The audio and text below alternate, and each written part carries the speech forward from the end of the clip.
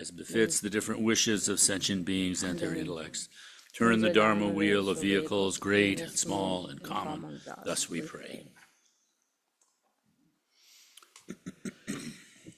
Okay, friends, welcome back. So we continue our teachings about Shamata / Vipassana, and I suggest that we do 10 minutes meditation before continuation. I'll continue answering questions about emotions, and try to apply techniques that I suggested.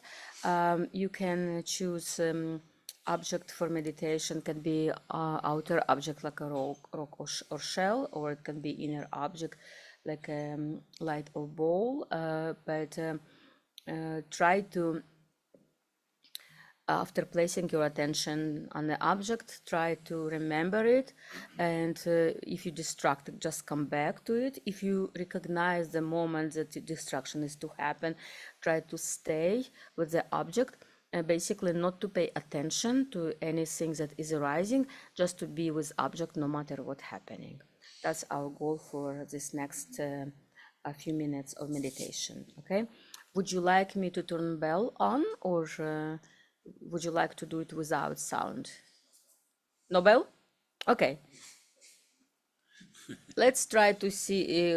Let's try to do it without bell, and see how it goes. Yeah, whether you are able to remember and how long the periods of distraction last.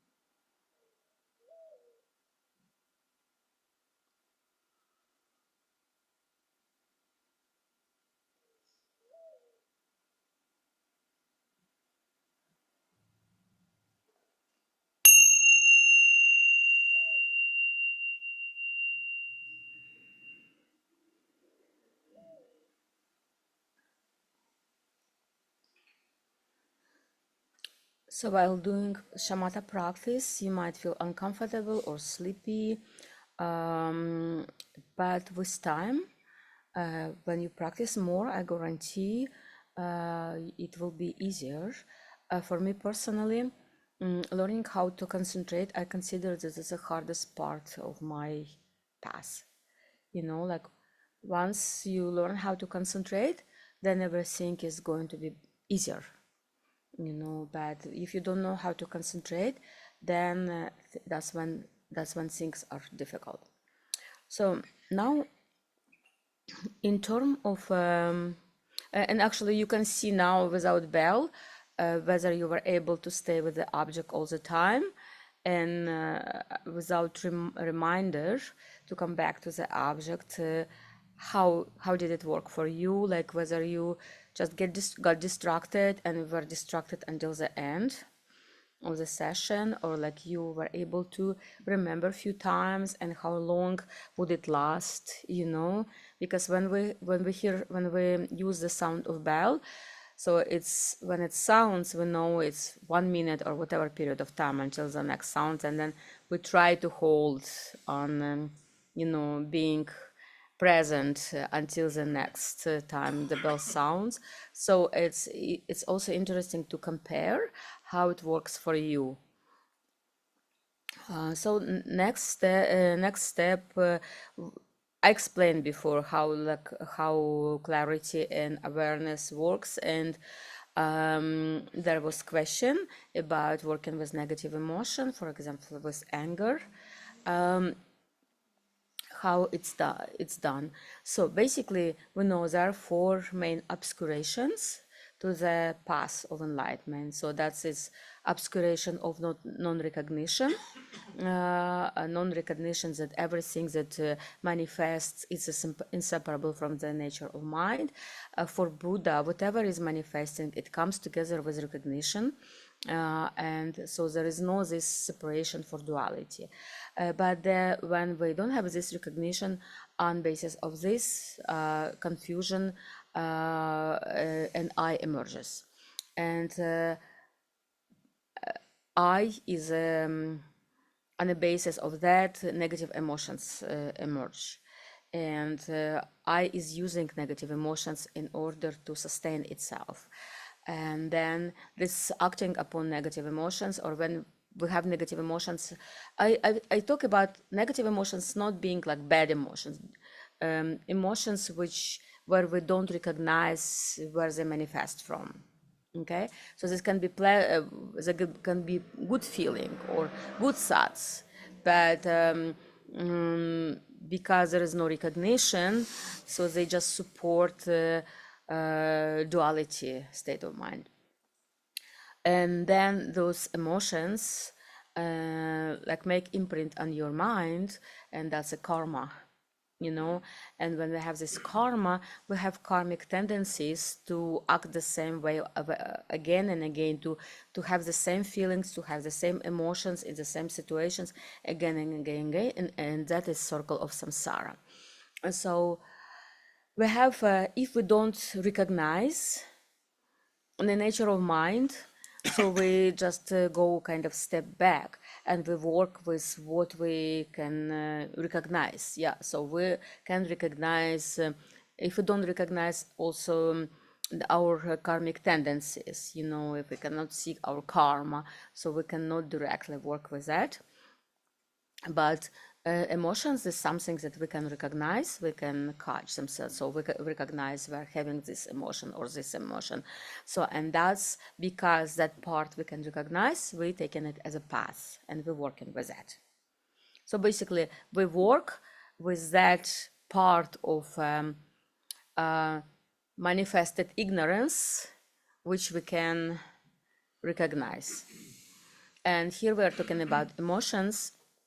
There are different ways of working with emotions depending on your level of practice. If you are stable in the practice of Mahamudra, you can liberate them into this natural state of mind. So you can recognize they're inseparable from actually your natural state of mind.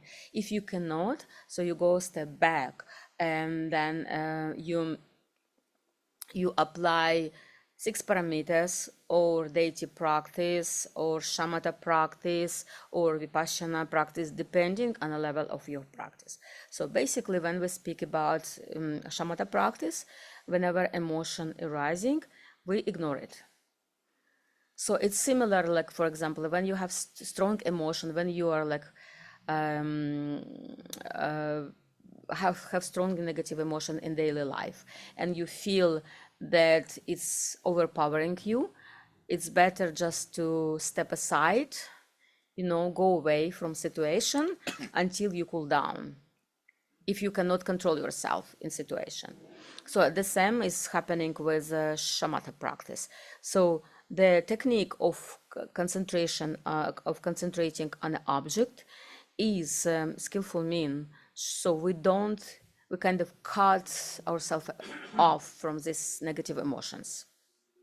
So this is like artificial way of working. We don't take emotions on a path, so we're kind of ignoring it. And through concentration on object, we kind of learn how to ignore these emotions until they disappear. So, and your mind calms down. So this is one way of practicing. Okay, so next kind of step of practicing is when you have a little bit of concentration and you actually can separate yourself from that emotion.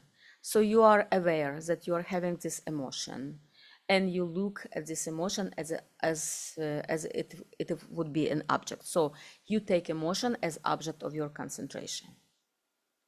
For this, you already need some level of concentration. Not maybe super stable, but at least you should be able to recognize it, not post factum.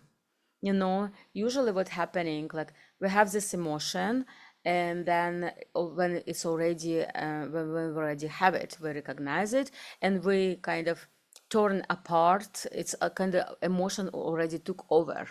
We only can maybe sit and wait until it will pass. But remember when I was explaining that when we are concentrating on an object and awareness recognizing arising of this emotion. So basically, if you are able to do it when you experience negative emotion like anger, when you can exchange object of concentration for this emotion. So instead of concentrating on a pebble, you look at your emotion. But thing is, you do not analyze it. You do not think about this emotion. You do not criticize it. You don't think, is it bad or good? You look at this emotion just as look at the field of energy, the ball of energy. And then it doesn't really matter what kind of emotion is that. If you're able to do that, then you can work with it from the point of view of Vipassana. But if you start thinking how good or bad this emotion is, it's already you hooked up on this emotion, and you grasped. So the point is that you kind of turn your mind and you look at this emotion as something as it would be separate from you. And this is Vipassana part. So there are many different types of Vipassana, many different types. So this is one of them. When you have at least some basic level of concentration, you don't need to have nines, you don't need to reach nines level for this, but you should be able to look at this emotion as a separate object, and you just gaze on it with your inner eye. And sometimes you just can feel it as like a field of energy, or of course it can be negative feeling or positive feeling. You kind of partially overcome by this emotion. You feel it, but you do not allow yourself to continue this feeling with other thoughts and emotions. So that's what I'm talking about. When we take emotion as an object, we immediately stop this karmic cycle of this emotion.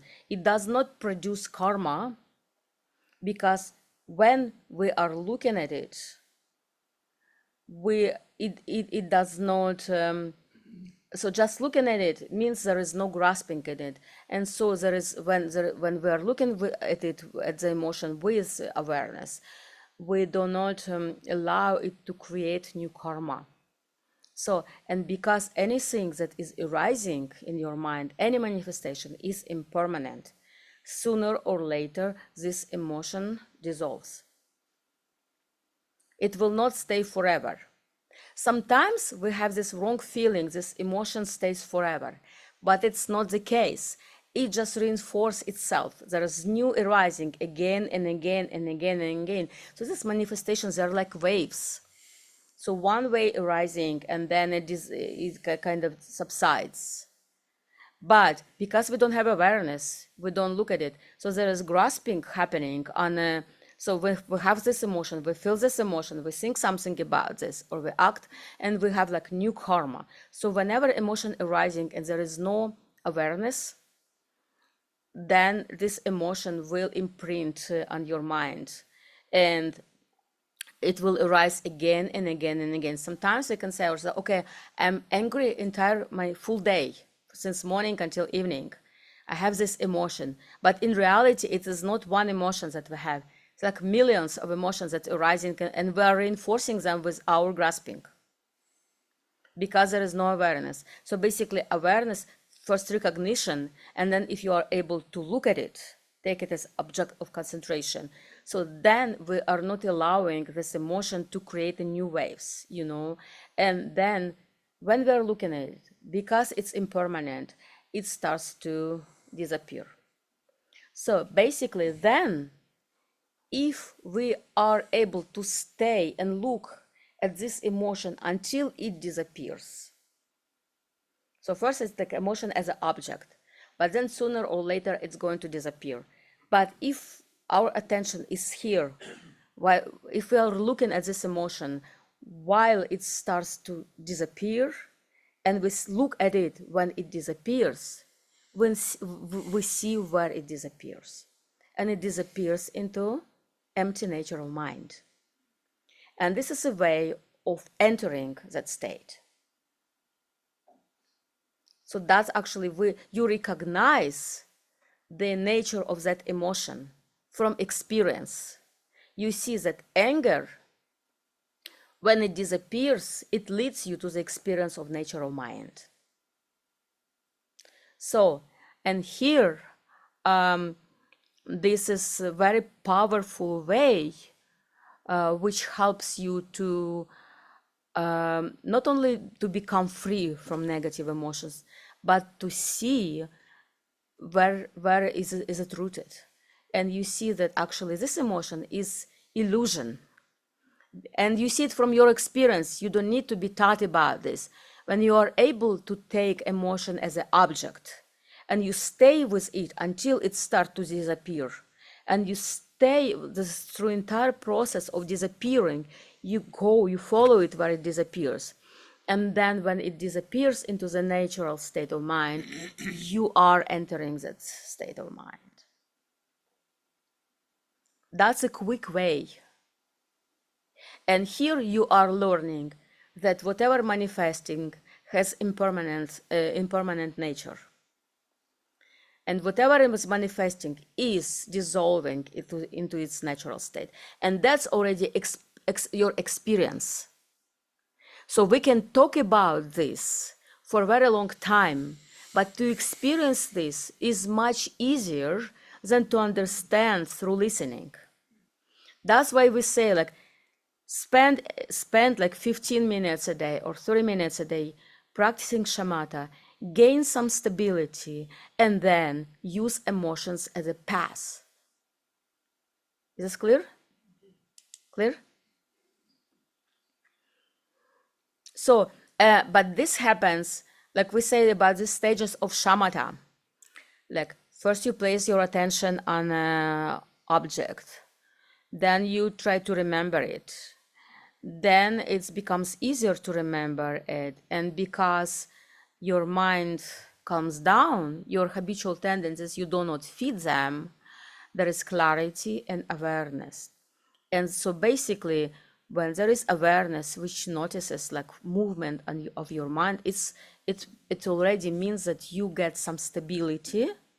And so then you can try, when emotion is arising, you can try turn your attention from the object to the emotion. and take emotion as an object. Only then. If you try to do it before, you will get lost into in that emotion. So this is this is one of the ways. Is it clear?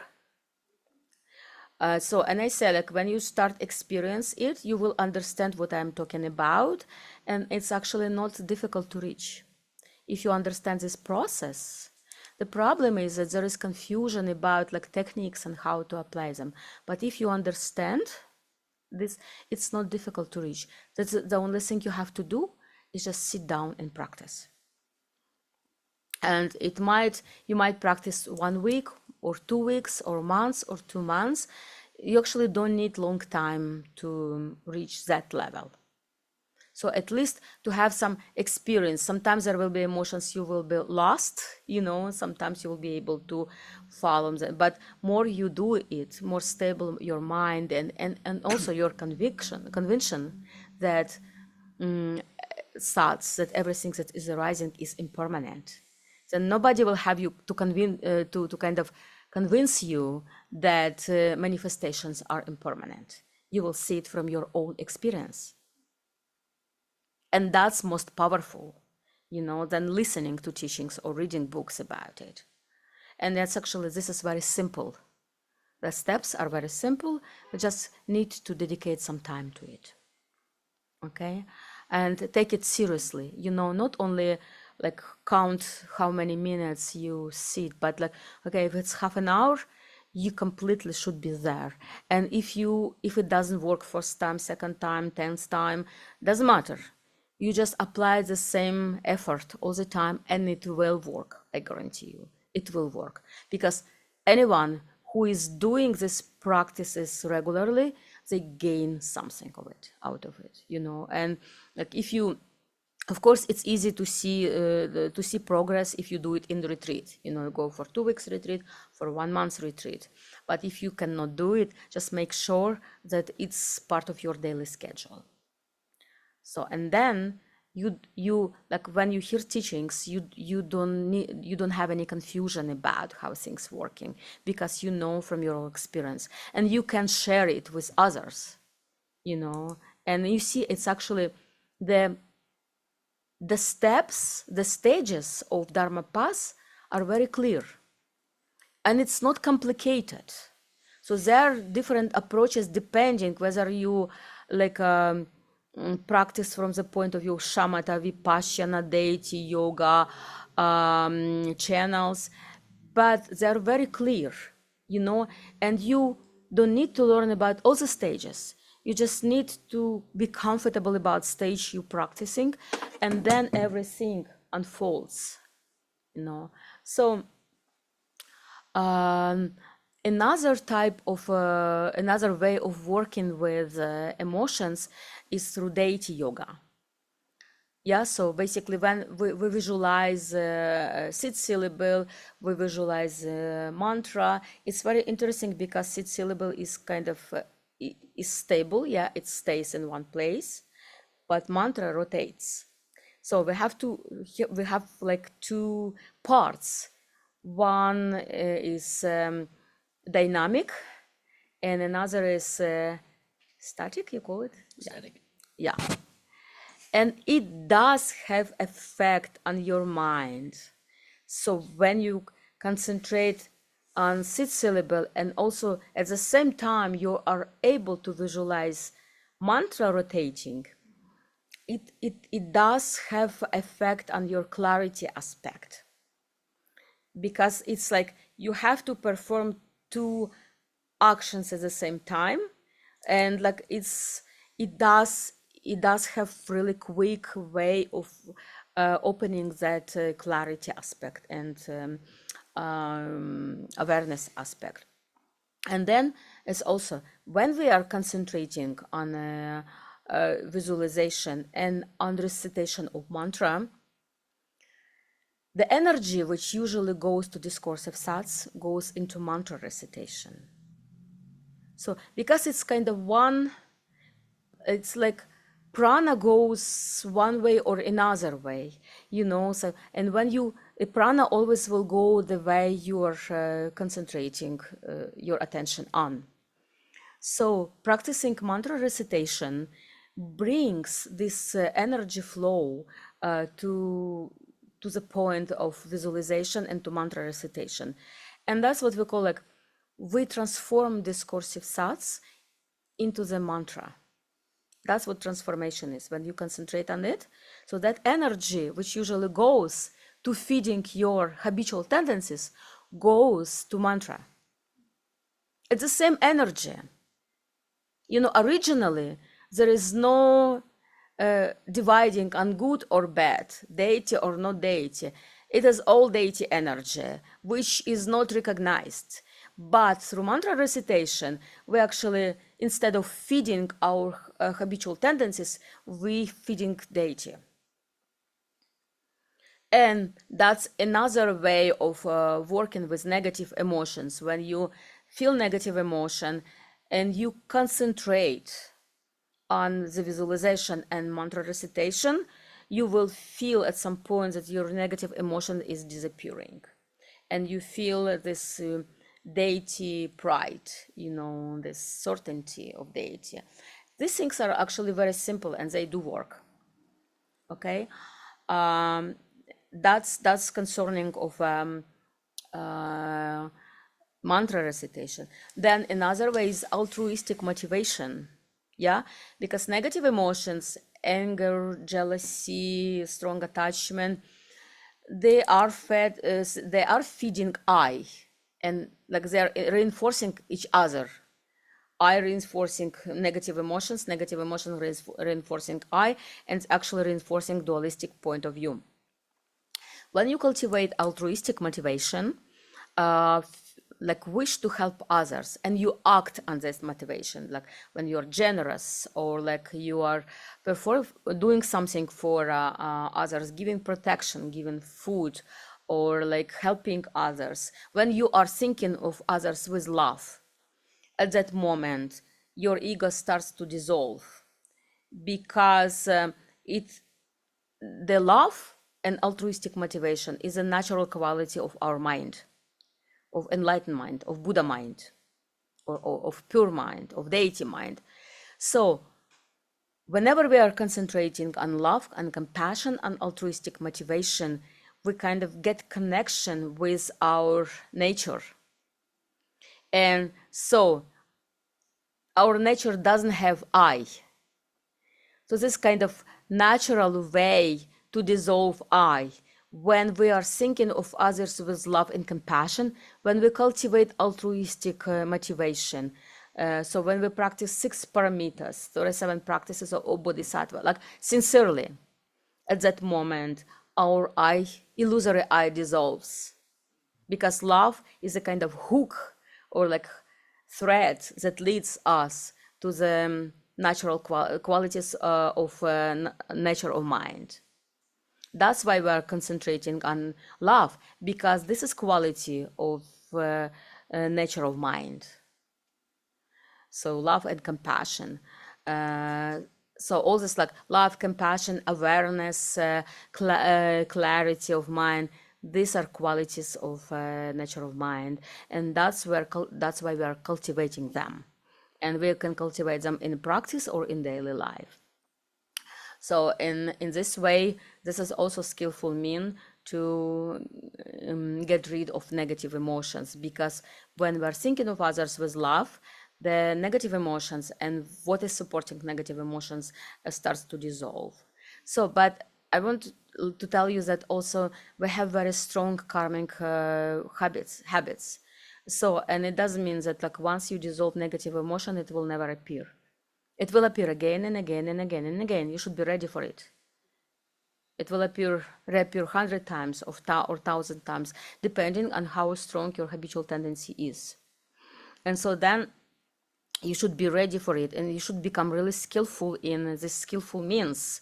So at the beginning, it will be very difficult, might be very difficult to transform negative emotion. But then with time, when you become more skillful, it like just, you might just remember about skillful means and your emotion already gone. So you should be ready for that. And also you have to kind of experiment with different means, skillful means, and you should learn like what is triggering your negative emotion, and then you will see that similar situation triggers similar emotions, and then you will see, oh, my mind is like a program, so whenever I press this button, whenever I see this person, I have this emotion automatically. So I do not recognize. So, but basically, I see this person, I have this kind of rejection, and it's already grasping, and that grasping already manifests into this particular negative emotion. So then maybe you see, maybe it's also good not only work with negative emotion when it's already appeared, but with causes of negative emotions and whatever is triggering it. So first, like even if you cannot see your grasping, you know, you can you can know situations which trigger particular negative emotion, and maybe you can work with those situations in advance. You can sit on your meditation cushion, not to do it in life right away, but sit in meditation cushion and think, okay, I don't really like this person, whatever reason is. It doesn't matter what reason is. So you were traumatized, or like this person said you something, or like there is some reason why you don't like this person, and it's not even not liking this person, but there is like negative reaction. So this person triggers your negative reaction. So then, if you understand the situation or person is triggering, so try to work transforming your reaction to this particular person or to this situation. So, and there are also like different methods, you know, like if nothing works, avoid that person. You know, this is also skillful means. Like Traga Rinpoche told like long time ago, if somebody beats you, you know, skillful means will be run away. So whatever works for you. So that negative emotion does not take over you. Just be intelligent about, smart about this. Like Milarepa said that yogi should be intelligent. So it means it's not only sitting down and doing formal practice. You should understand how your mind is working, what is triggering different emotions if you cannot transform them. Like it's good to know how to transform negative emotion. If you cannot transform, sometimes emotion can be so strong that you cannot transform it on the spot. So then you should understand what is a trigger, and maybe you should contemplate or like avoid these triggers, or like change your mind towards your attitude towards whatever is triggering it. And sometimes also there is skillful means to be able to recognize what thoughts are arising in your mind, what emotions are arising in your mind. So before going and doing stuff in your daily life, it's important to master skills on your meditation cushion. So it means that on your meditation cushion, you're not only meditating, but you're also contemplating about your skillful means. Okay, so this is what is triggering me, and this is what I'm doing, what is working, what is not working, or like I'm not able to notice it. So the next step would be, when I'm in this situation, what I'm going to do. You have to plan it, you know. But then sometimes we, as I said before, in order to take emotion as an object, you need to be able to see it and not to be hooked on it. Very good exercise, which helps this exercise described by Patrul Rinpoche. This exercise was 2 piles of rocks, you know, white and black. So you have this pile of mixed rocks, and you just sit and you look in your mind and like what kind of thought you have. You're just thinking, but you're just aware of every thought, and you like try to figure out whether it's positive thought or it's negative thought. And if you consider this as a positive thought, you put like a white rock. You take a white rock. If it's negative thought, you take a black rock. So for myself, when I did this exercise, first it was fun because you start to see your thoughts immediately. When you use it, you using rocks for every thought. It's very easy then to kind of get into the stage when you see your thoughts. But also first, when I started to analyze, like trying to understand whether this thought is good or bad, and like I was trying to look the underlying motive, and I found that all my thoughts are negative because they're all feeding ego. Even those thoughts, good thoughts, like that. And it was kind of revelation for me because, oh my gosh, I did not know that all my concepts, even those that I thought they are good, they leading to kind of negative outcome because it's supporting my ego. Even if I think I like somebody, I help somebody, what is the reason behind that? It was really interesting. This one thing, but it kind of really helps you to dig into your motivation.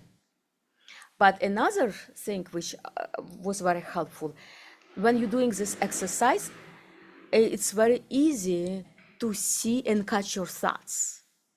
Not only strong emotion, but what you're thinking and you see how one thought is giving birth to another one. And it's like train or like a chain. One ring is giving rise to another ring, and next and next and next. And then you see also how samsara is working, like what is a grasping from one, from one seed there is another seed and another seed and another. And every thought that we're giving rise to, we have reaction to, we either accept it or reject it. And so with every thought which we were not aware of, where there is no awareness, we create new karma, we create new karmic imprints. And this is crazy because like we create karma constantly, negative or positive. And most of the beings, like where there is no awareness, it leads to negative outcome, because everything that is based on ego will sooner or later lead to negative outcome, to suffering. So it's and then with this exercise you can clearly see your emotions and thoughts. And then when like emotion or thought is like very well defined and you feel that you are not attached to it, you can take it as an object and look at it until it disappears. So you kind of can combine all these methods together.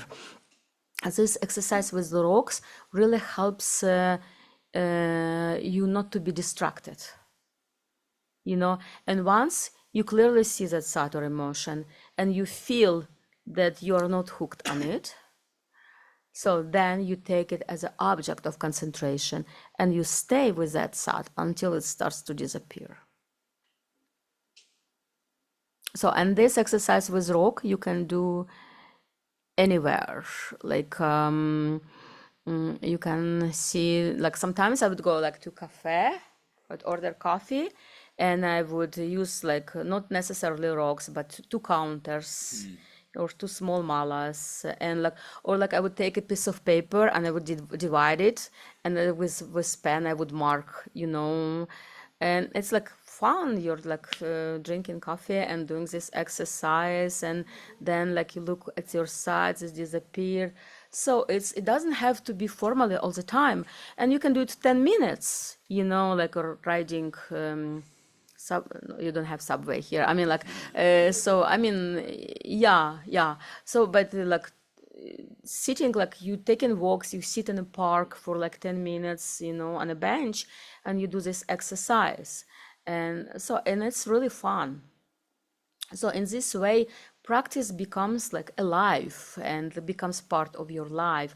Or when you have a strong emotions and you can't stop for 5 minutes and you sit down and you look at it, because sometimes in daily life it's very difficult to catch emotion right away.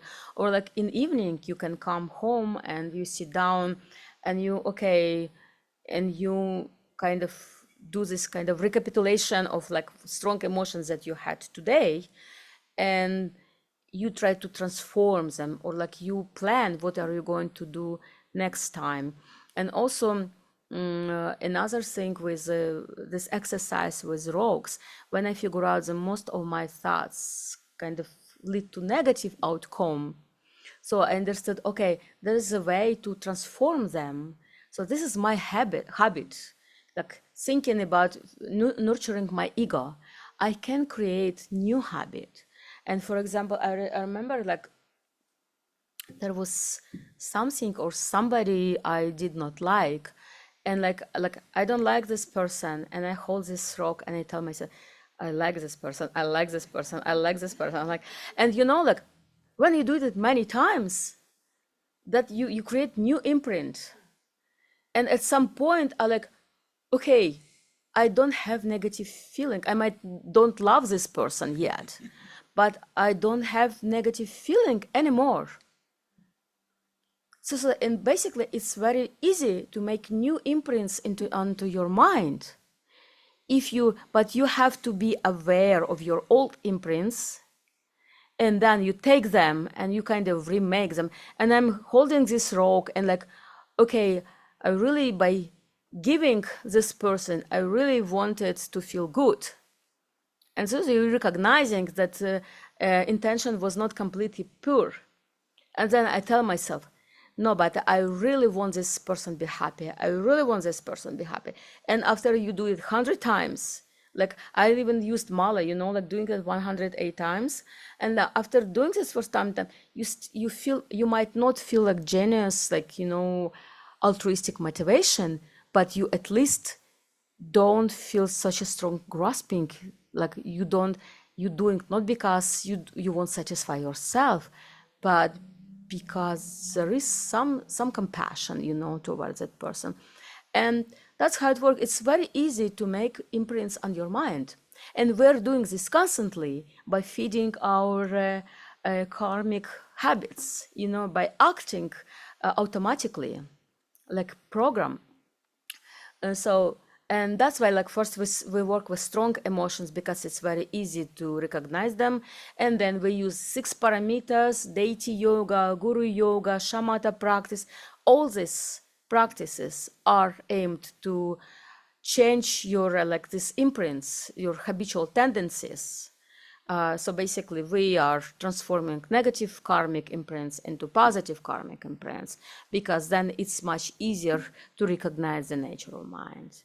It's this way we are accumulating merit and wisdom, which are absolutely necessary in order to recognize natural mind.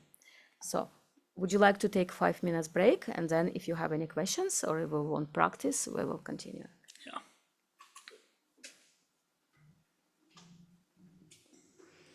Please don't wait until I stand up. Yeah. It's just that I can't stand up.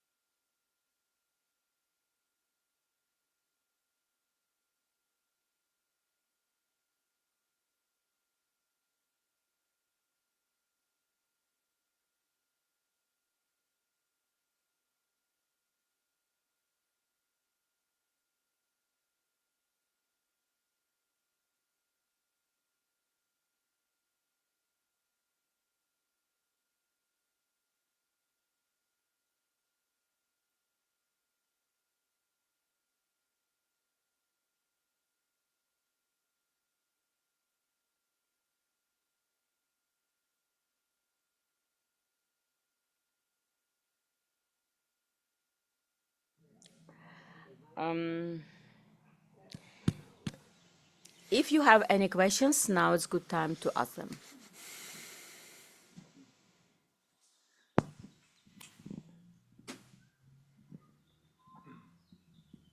Yeah, so I just have a quick question. You spoke about taking your emotions as sort of object for concentration in shamatha meditation. And if you like observe your emotion and you wait till it completely dissolves, you said you can actually, because it dissolves into the nature of the mind, you can experience it, like go with this thought and experience the nature of the mind. So my question is, does the same apply to thoughts? Because like we not necessarily have emotions or strong enough emotions the whole time, but we have thoughts the whole time. So can we do the same trick with our thoughts? I mean, like, taking a thought that spontaneously arises and take it as an object for shamatha concentration and just observe the thought, and well, basically the same trick, but using thoughts Yes, instead of yes, emotions. any concept, any kind of concept can be used. We're talking about emotions because they usually very distinct. It's easy to separate them from like because they kind of they reinforce themselves, especially strong emotion like anger. I will speak about anger a lot in terms of practice because strong anger is very easy to distinguish, and separate it and look at it. So because with thoughts, it can be tricky, they're like can be harder to kind of concentrate on specific thoughts. That's what we're talking about emotions because they're combined with feelings, and it's much, especially if it's kind of discomfort, it gives you discomfort, it's easier kind of to separate them and look at them as an object. But yes, any kind of concept can be used for it, but it's much difficult because thoughts arising, their thoughts arising so quick, so fast. Too short-lived, right? It's very difficult actually to catch them.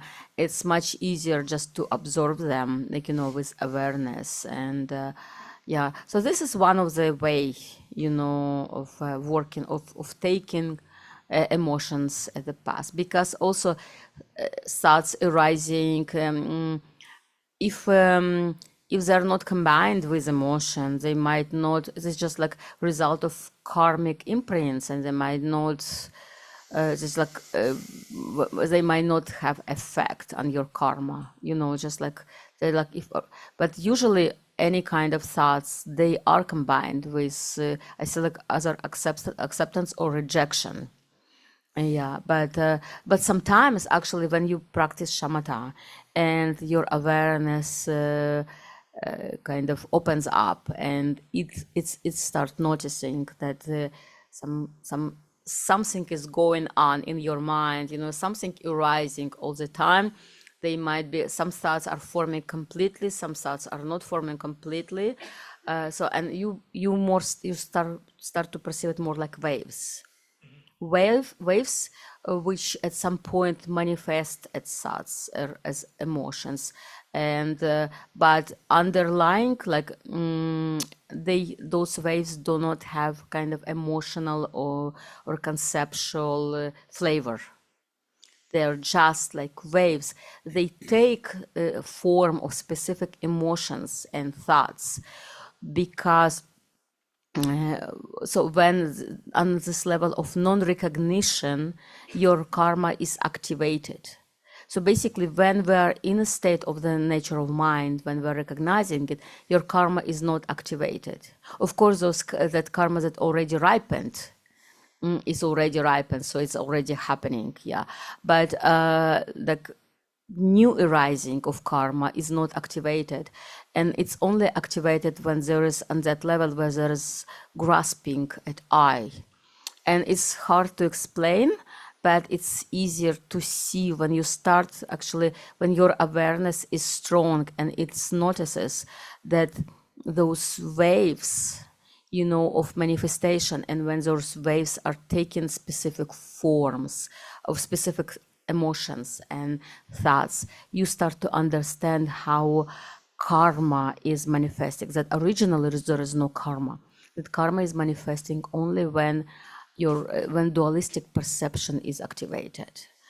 So and then it's also difficult to look at thoughts because they're like very quick and not all of them fully manifest, and so it just may be tricky to, you know, to separate them and look at them.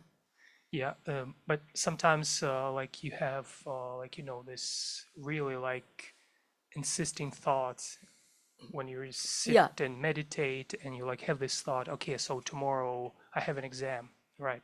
For example, but and so it just keeps like reappearing in your mind the whole time throughout the whole meditation. So if you can, like, the one way you just concentrate on a pebble and you just but then ignore you the look thought. like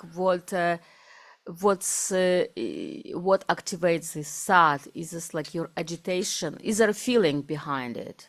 I think most of the time there is like thought and feeling, they come together That's what I'm talking pretty about. much the And whole is this time. way it's actually easier to concentrate on On a feeling, to take to take feeling as an object. right. Because feeling, it's also things that activates kind of your karma, it makes strong imprint. Through feeling, this thought is activated again and again and again.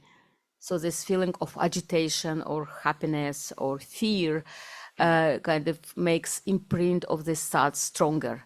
So the stronger feelings, the more powerful imprint. That's also reason why like traumas, you know, psychological traumas is difficult to heal, because there's a feeling which arising during this trauma event. So it's not a thought, it's a feeling. And then that's it's imprinted powerfully in the mind of the person or the being, and that's why it's so difficult to erase. And that's, it's not the thought, it's a feeling that is activated by the thought, or yeah. So that's, and that's why it's a good advice to Lama's advice to take a feeling as a path. So, but in terms of path, feeling is a concept and thought is a concept, and whatever is perceived on is from dualistic point of view is a concept. Yeah, we take concept as a path. Yeah, Thank you. but also when we speak about deity practice, yeah, mantra is also like thought, you know. We take mantra and we transform our perception into mantra recitation, and through that we purify our mind, and it might at some point it might dissolve into the natural state of mind too. Yeah.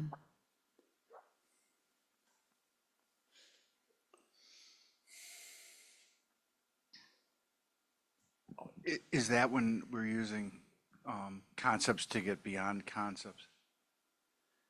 Frankenstein. Kind of, yeah. Yeah. So then how do we get to the, right, and how do we get to that point where we're going, you know, beyond concepts? Like when we're meditating, right? So basically, in order to go beyond concept, which is a natural state of mind, yeah, we need lots of merit, accumulated merit, and wisdom. And merit accumulated through transforming negative emotions into positive, through practicing 6 parameters. Yeah, without accumulated merit, it's impossible to experience the nature of mind. And Guru Yoga is also a very good way to accumulate tons of merit, altruistic motivation, so forth. And then all these practices that we actually introduce to on a path, they are all skillful means to go beyond the concept. They are conceptual, So basically, while we're perceiving, we have dualistic perception, we have to use concepts, yeah? And all these practices are like, there are concepts. Deity practice is a concept, but it is a pure concept. So we still use concepts, but we use pure concepts. Concepts were infused with altruistic motivation or deity, which like basically is manifestation of qualities of nature of mind. And a guru yoga is concentration on a pure being, who manifests these qualities of nature of mind, and so forth. And these are means which help to turn concept. I mean, like to go beyond concept. So and also going beyond concept ultimately is recognition. This concept, whatever is arising from the natural state of mind, from the state beyond of concept. Yeah. So, but at the beginning, of course, because we have dualistic perception, we have to use concept, but we use pure concepts. Then is that the mind looking at the mind then, when we get to that stage? When we go to state beyond concepts, Mahamudra. The mind looking, yeah, is that what that is then? The mind Yeah, looking at the mind. it is a mind looking at the mind, but when we say like that, mind looking at the mind, there is still dualistic perception. There is a mind looking into mind, but it's not like that. This is just self-aware, pure nature of mind. Yeah, but whatever concept we use to describe it does not describe it the way it is. There is no way to describe it. It will always have dualistic flavor in it, and it means it will always be mistake. Yeah, those 1,000 pages are like the way to help us kind of to get this feeling, or like to understand methods to get to that point, kind of to purify our mind in order to realize this state of mind. Yes, but concept does not describe it. And when we speak about purification of our mind, so if you do shamatha practice and you understand that we are cutting through or like dissolving our habitual tendencies, this is purification of mind. I mean, like they dissolve on its own just because we don't pay attention to them. And basically any kind of practice, it's either cutting through our habitual tendencies or dissolving, using them as a fuel to jump into the state of nature of mind, like when we observe like negative emotion or when we transform negative emotion into mantra. So they're all means to purify our mind, and purification of mind is dissolving our habitual tendencies. So we are not running this program, again and again and again and again. So it's cutting out, like breaking this kind of program.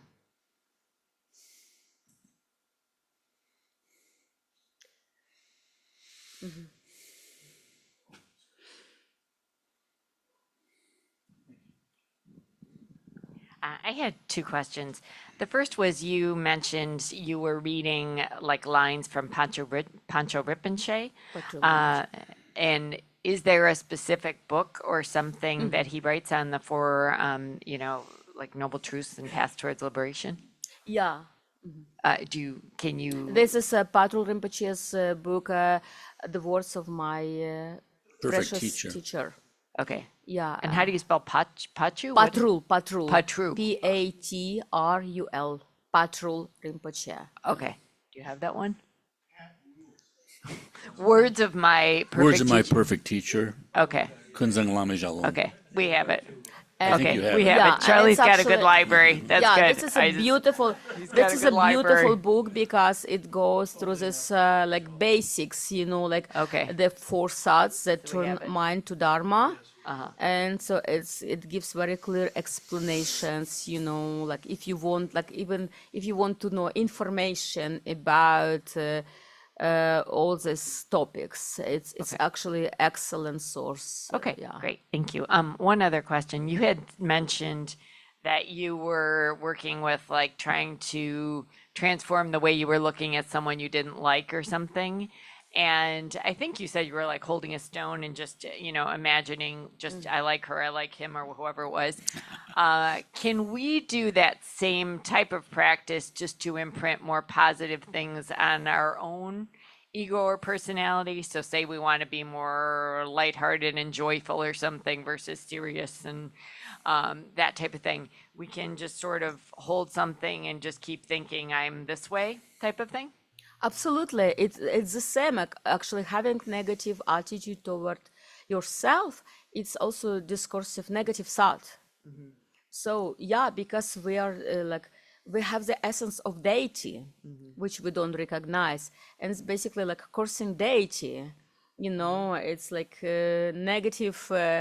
negative emotion towards the deity, which is imprinted or like which is source of your mind, and totally like you can do that. It's yeah, I know, like it's like this kind of used as auto-suggestion also, like widely, and it's very popular now too. But this is actually is very skillful mean to imprint a good concept on your mind, and totally, yeah, you can use it, and yeah. Thank you. And basically, when we're also like reciting mantra or we're visualizing ourselves as a deity, we are imprinting this on our mind, or most likely we're like trying to remember that we are the deity.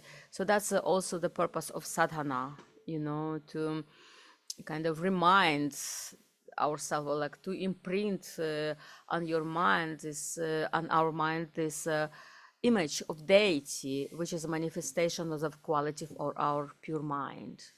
Are any of the deities lighthearted and playful? Sorry? Are any of the deities lighthearted and playful? I mean, they seem a little serious. Yamataka is. Yamataka is. I don't know that. Yeah, I don't know about that. I guess if anyone, I would picture someone more like Garchin, who's very joyful and light. But it seems like I feel like the deities are a little serious. Sorry. But no, but image of the deity is just kind of like we are born in this human body. Right. If our body would look differently, maybe the paintings would look differently. Right. So it's just skillful means for us, so it would be easier to kind of get connected to the deities, but it's just like manifestation of the qualities of mind.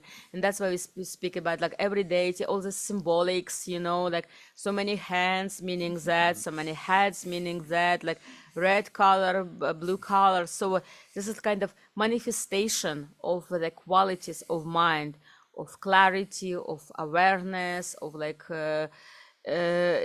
all the qualities, and it's just like pictured in a body which resembles human body. So it would be easier for us to kind of get this connection or feeling. But in reality, deity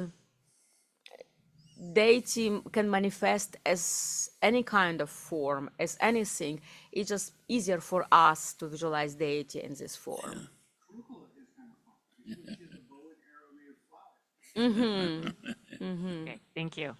I had thought, though, it's important, I think, to understand this is just natural process. What's mind-boggling to me about the Dharma is the specificity and how clear it is on the process itself. We had a woman here a long time ago she's since moved to New Orleans, who was Roman Catholic. And she talked to me once and she said, this was the previous Pope, John Paul, the previous. She said, I have great faith in the Pope. And when he says, you have to love your enemy as yourself. But she says, what I really found helpful with Buddhism is it tells me how to do that. You know, you see all the different obstacles, and then there are all. And for instance, I don't know if this is true, but it's my belief. You know, you can read stories about this great Christian monk, Thomas Aquinas, and he had some sort of realization deep at the end of his life, and he said all these books. He had written more books than any Christian monk ever. And he said it's as if all those books were just straw thrown into a great fire, compared to the insight that he had had.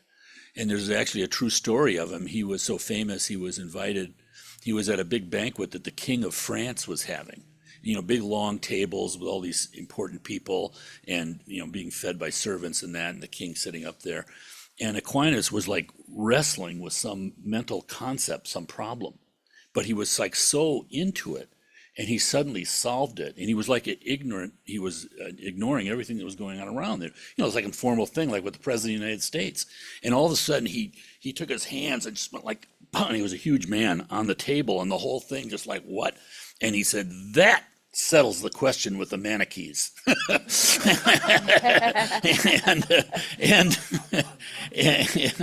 and one of his monastic superiors who was there said, you know, you have to have good manners in front of the king. And the king, you know, like St. Louis is named after this man, Saint Louis, and he's actually a saint in the Catholic Church. But he interjected and said, no, this man is bellowing, and his bellows, he's a great ox, and his bellows are going up to heaven. So, you know, you can focus on a concept, but yet it's true, the feelings, you know, sometimes I've had it recommended to me once, think about the moment you've been most humiliated, or a tremendous, like a loss of a family member, that tremendous power, you know, if you can see the emptiness in that, it's easier than trying to play with a concept, because it's just flitting around. We don't have any attachment so much to our concepts unless they're really strong. But you know. Thank you, Frank. Yeah, and we're using it as a fuel. You know, if we wouldn't have emotions, we wouldn't be able to maybe to jump to some experiences. You know, but that's what is powerful about Vajrayana. So our obscurations, when they are taken to the path, they are a fuel which kind of speed up our movement on the path. So it's you know, it can be, obscuration can be like obstacle, you know, like in creation of more negative karma, or they, when recognized, when taken as a path, they are very helpful. They have lots of energy, you know, in that. And also that's what Frank said, like that's a natural process. We already have it. We do have it. And so all these teachings, instructions, they just help to unfold that state. So we're not creating anything. It's just we're not creating awareness or clarity. But when you just follow these simple steps, it starts to unfold on its own. And that's a problem sometimes people have, because there is like this kind of understanding that we have to do something. But we have to do just so little. So it just starts, give it a little push, you know. So, and then it just starts open by itself. Yeah. And we see like, oh wow, I don't need to learn about nature of mind. I do have it. I do have it. I just need to learn the steps which lead to that experience. Yeah.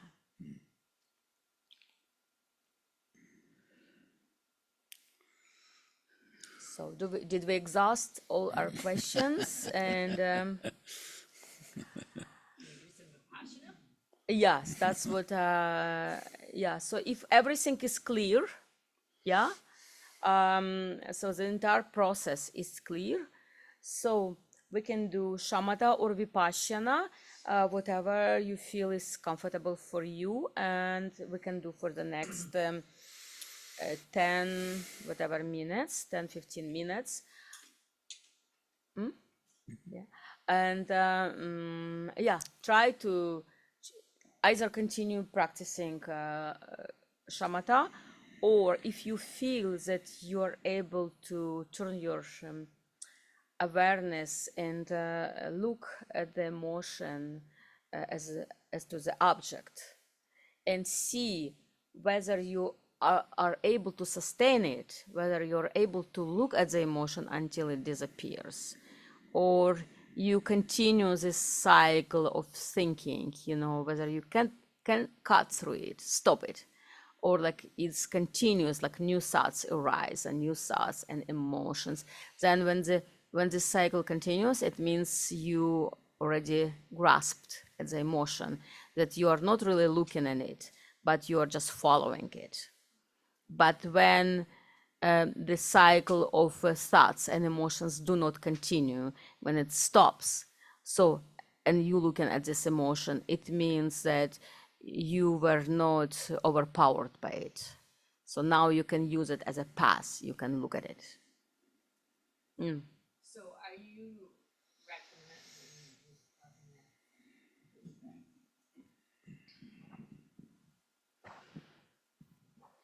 Are you recommending choosing an emotion before we go in, like, fear, anger, or just starting like practice and then seeing what emotions come up and then focusing on them as they come up?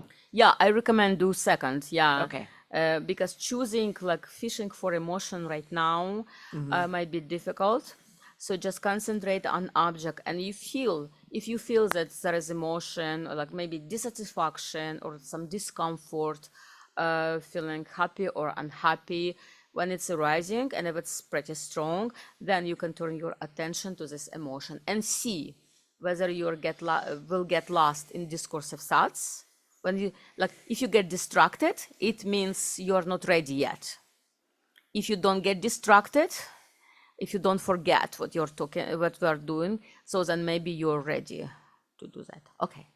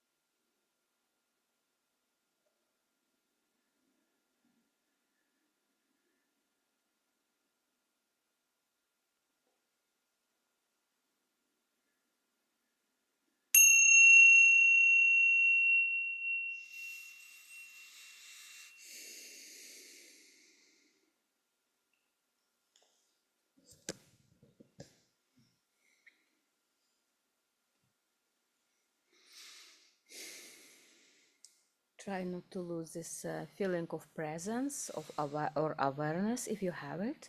And with that, we do dedication prayers.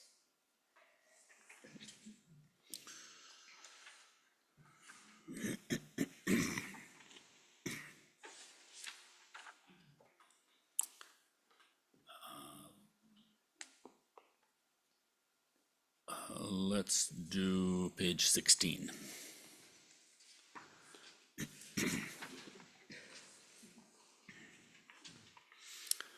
By the merit I have accumulated, may I overcome all erroneous attitudes and reach the omniscient state.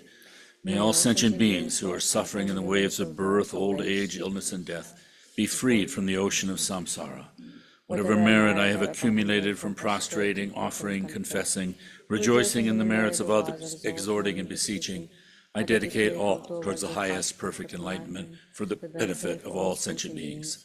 Following the wisdom of Manjushri, the Fearless One, and similarly Shamata Bahadra, following them all and practicing in the same way, I too dedicate all merits accordingly.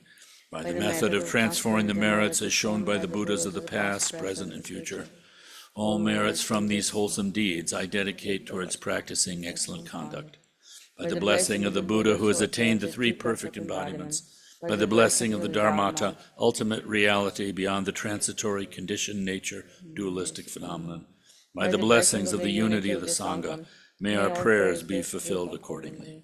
By the truth of the three precious jewels, by the blessing of all the Buddhas and Bodhisattvas, by the glory of the perfection of the two kinds of merit, and by the power of the Dharmadhatu, which is perfectly pure and beyond the capacity of human thought, may this dedication prayer be fulfilled accordingly. The most glorious and precious Root Lama, seated on the lotus above my head, look upon me with your great compassion. Please grant all the siddhis of your body, speech, and mind. Of all the activities of the glorious Lama, may doubt never enter my mind for a moment, and may I be able to see the purity of all your actions. With deepest devotion I pray that your blessings enter my mind. In all my lifetimes may I not be separated from the perfect Lama. May I enjoy the glory of the teachings, and having accomplished all the bhumis of the Bodhisattva, may I quickly attain the realization of Vajradhara Dorje-chang. Vajradhara Tilopa Naropa, Marpa Milarepa, Dharma Lord Gampopa, Pagmodrupa and Lord Drikunpa. Please bestow upon us the most auspicious blessing of all the Kagyu Lamas. I pray that the Lama may have good health. I pray that the Lama may have long life. I pray that your Dharma activities spread far and wide. I pray that I may not be separated from you.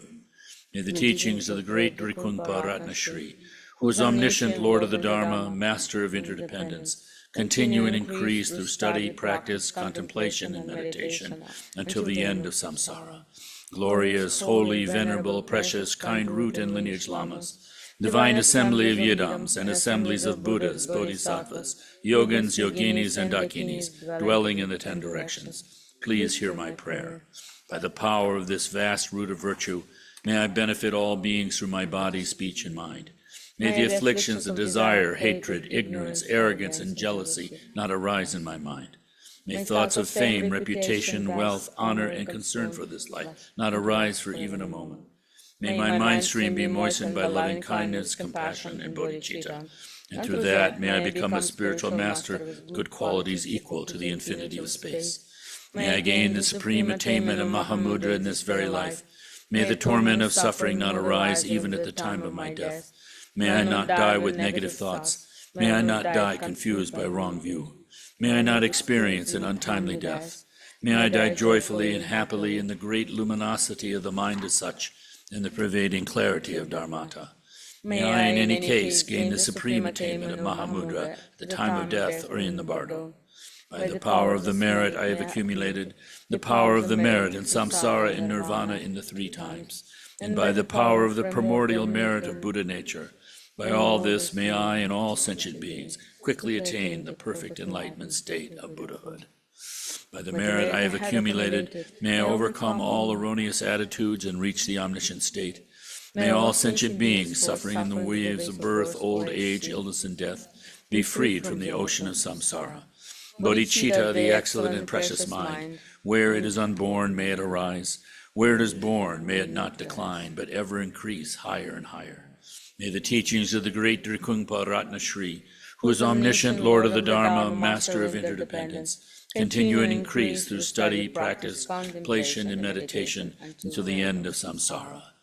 Gong ri ra wing or wei jing kam su, pendang dewa malu jung wei ne, chen rei zik wang tenzin nam su yi, jabe si de malu ten gu chi.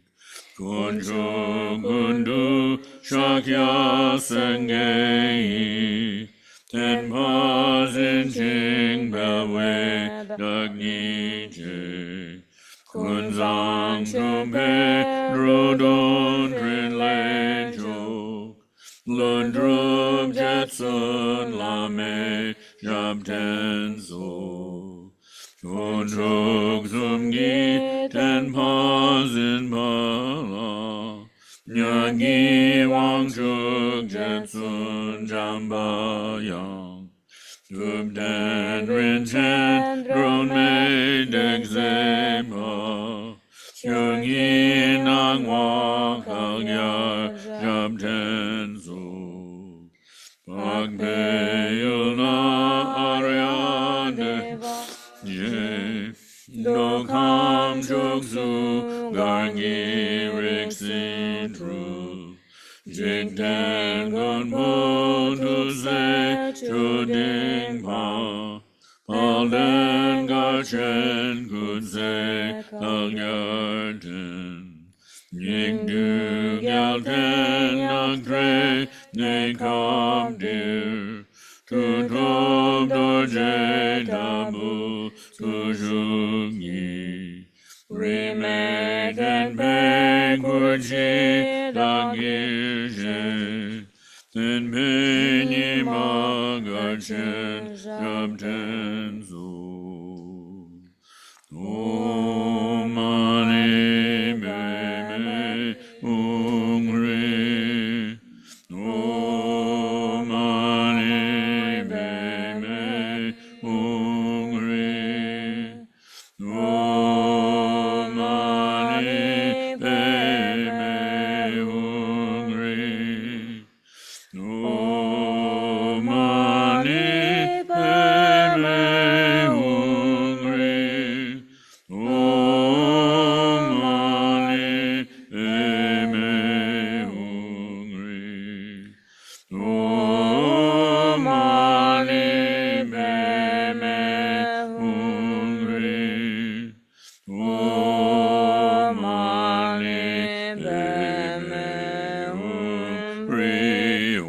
Om mani padme hungri. Gevani nududak, Shen rezek wan drunjurjik, Drova chikyan malupa, Dei sala gubarshu.